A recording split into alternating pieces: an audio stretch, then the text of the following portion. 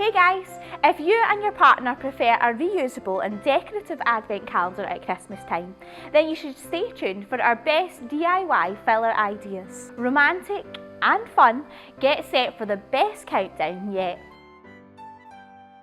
The real deal is actually poisonous to cats and dogs, so buy an artificial sprig or create a foldable image. It's the perfect way to kick off the festive season. This is a cute idea. The headphones are just a hint. What you're actually giving them is a personalised playlist.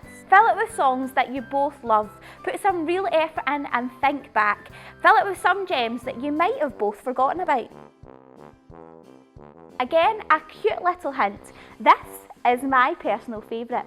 Set up a romantic picnic area in front of your newly decorated Christmas tree. Turn off the TV, have some champagne and snacks, and make some amazing memories you can cherish always. Such a perfect evening you can look back on forever. A new festive favourite, some hot chocolate, wrapped up cosy. It's an amazing surprise that will be well received.